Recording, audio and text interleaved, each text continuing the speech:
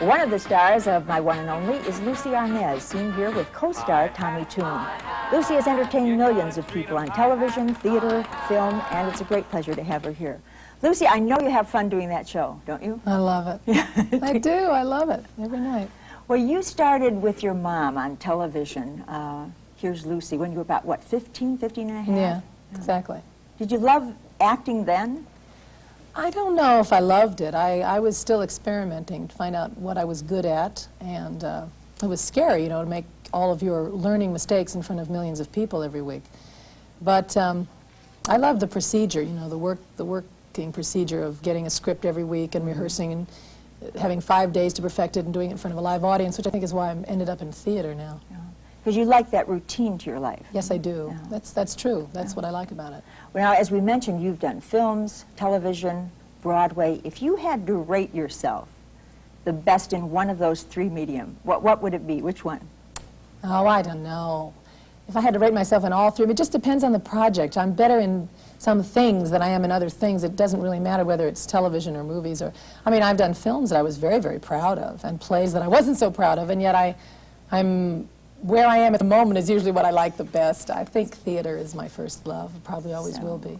But you are saying that it's the vehicle. It's how good really is the material. It's the vehicle. Yeah. If you know, it could be the same thing, and you could do a play of it and a movie of it and a television version of the same thing. If the character is the same, you'll enjoy it. All of it. In My One and Only, Edith Herbert is the ex-champion swimmer. Yeah. Right. When that was in New York, you went to see it quite a few times, didn't you? Many times. How many times? It was my favorite show, I don't know, 14, 15 times. I paid to sit in a seat maybe 7 times, and I stood in the back twice that many times. I just was an up. What did you like so much about Edith? Well, it wasn't that I liked Edith so much that I went to see it. I liked, Tommy has been a friend of mine for years, and every time there would be someone new added to the cast, I would go and see their version of it. But mostly the show was just such a happy show that when I need a little boost to my morale or something, I would hop in the cab and go down and see another performance, or sneak in at the end of the first act and watch just the second act. I don't know, it was a shot in the arm to me lots of times. Gave you a lift. Well, now, the first time you were offered the part of Edith, you turned it down, right? Well, no, I was pregnant, you see. I mean, when we were discussing who was going to do the tour with Tommy, and he didn't know that I was pregnant at the time because I was doing my television series. He knew I was doing a television series and that I wasn't going to be available, and I couldn't tell him that if it wasn't because I was pregnant, that I could actually get out and do this thing in the meantime. But I didn't want CBS to know I was pregnant yet either. So. When is the best time to tell the people you're working with? After they pick you up for the new season. That's the best time to tell them. Yeah. After? Yeah. Right after they say you're on. Then you say, by the way, there's a thing that I have to cover up with lots of coats. And they were very nice about it, actually.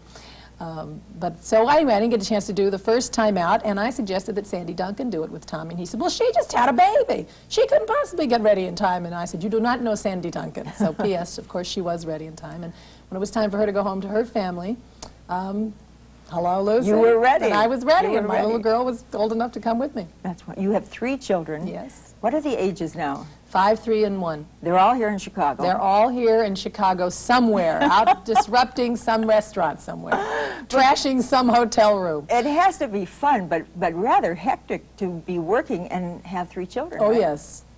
Oh, yes. How do you manage it? Do I?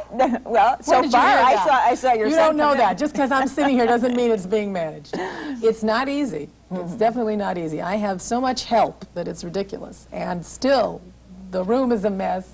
We're always lost. There's always one kid that's somewhere he shouldn't be. 2 boys. 2 boys and a one girl. Yeah. That's a lot of activity. Yeah, it's, I don't know. It's better than not being with them. Sure. What can I say? It's hard. It's hard to juggle everything. And add to that my husband being here, not being here, running back and forth to what he has to do. It's crazy. The life of a gypsy. We are gypsies, actors. You know, it's true. Everybody who says that. Now, you met your husband while you were doing, what, the dating game? Television? The dating game? No, what was it? The matching? What was it? The name of it? I met him on Broadway. Where's your research person? Have them shot. Oh, no, I was on Broadway doing they're playing our song, Neil Simon show. And he was, I'll take bachelor number. No, he was, and he was doing chapter 2 on Broadway, a Neil Simon show. Isn't that a coincidence? And we met at a restaurant. Oh, at a restaurant? Yeah, we met at a restaurant, Joe Allen's, as a matter of fact. There was no dating game involved. How odd. I mean, it doesn't even sound like the dating game. Yeah. What did you like about him right away? The tweed. He wore a lot of tweed. Brown tweed scarf, brown tweed hat, a gray tweed coat, and a gray everything he wore looked brown and tweed. And he had a pipe in his mouth. And I went, so he looked intelligent. Dada.